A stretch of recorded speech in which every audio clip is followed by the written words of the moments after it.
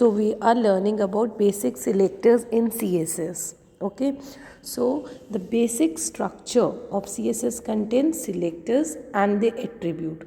So when you write h1, okay, this is the name of the selector, and in the curly braces like this, okay, you write the names of the attributes. So if they ask what is the basic structure of CSS, so it consists of selectors and their attributes.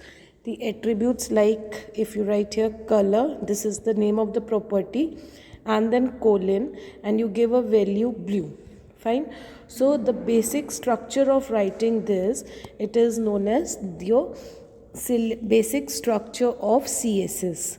Fine. So there are 4 selectors. First we will start with universal selector.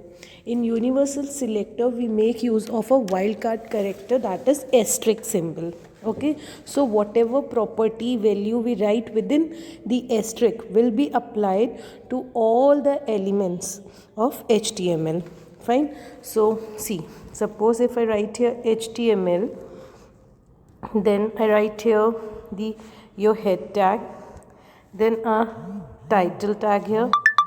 Fine. After in title tag you can write anything. So we are learning universal selector, so I'll write here universal selector. Fine. Now before closing your head tag, I'll write here a style one.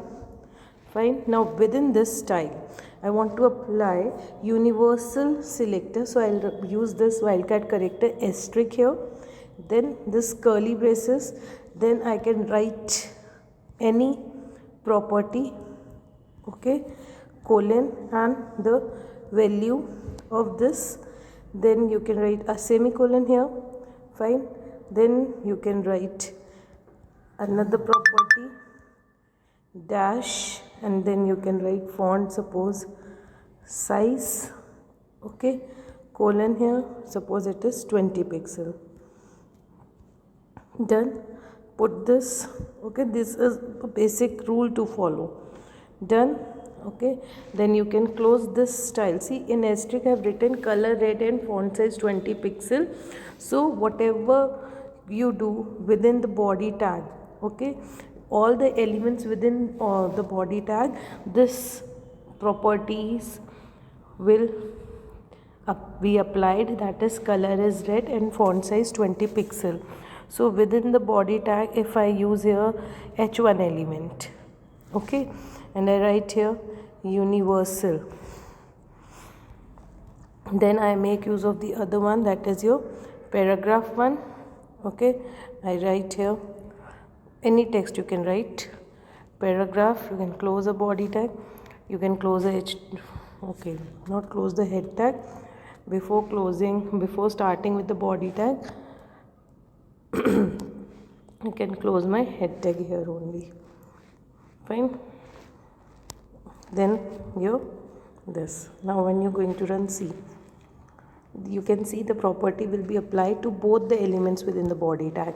If you're going to make changes here, suppose the color you want to change to blue. Now see, it affects on both the tags within the body. So this is your universal selector.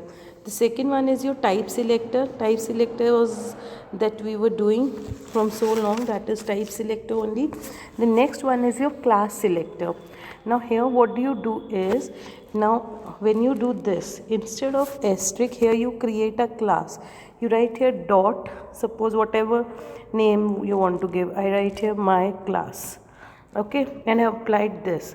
Now what I have to do within the body tag here in h1, okay, where I want to apply this, I will write here class equal to, and then I have to write within codes, I have to write the name of the class should be same. I have written here my class, so I have to write it like this only, my class.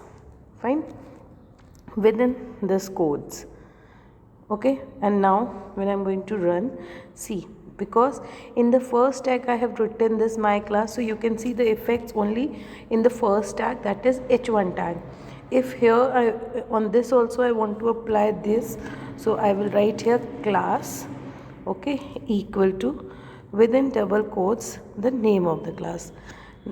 If you will change name of class, you have to change the name here also. See, Now if I change the name of the class from my class, suppose from color colon, if I change the name to my, okay, so here also you just need to change the name of the class. See, now in first one I have changed, in the second one I have not changed. So you can see the effects in the first one, in the second one no changes. So what you have to do is, if you are making a new class, make a change here. So this is the difference between universal and class selector. Fine. Now the last one is ID selector. Now here what you do, see, in that you are using asterisk. In class selector you are writing dot and name of the class. Now in ID selector what you do is, you will write here hash sign. Okay, you have to make use of this hash sign and then name. Okay, so if I'm using my ID, I can write this, write whatever you want. Like this you can create multiple this thing, and now within this you just have to write here like, unlike this you just have to write ID here, and the name of this is my ID. Okay, instead of class, in this ID selector you have to write here ID. Now look here, one more thing. Now I'm writing here my ID. Fine. So now when I'm going to run this, you can see this. Fine. So in this, you can make ID for individual elements. Suppose this you made, that color is red. Okay, again one more ID you made. Within this, how you will make an ID, you write hash, and suppose you want to write my font.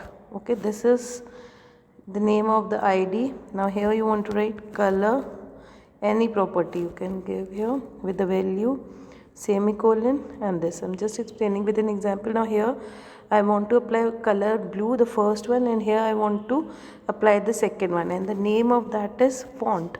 So see. Okay, so using ID selector you can use to identify one element with the specific ID, whereas class selector can be used to select the HTML element that have the same class attribute. So this is the difference, in that you use dot and class name, in this you use hash sign along with the class name. So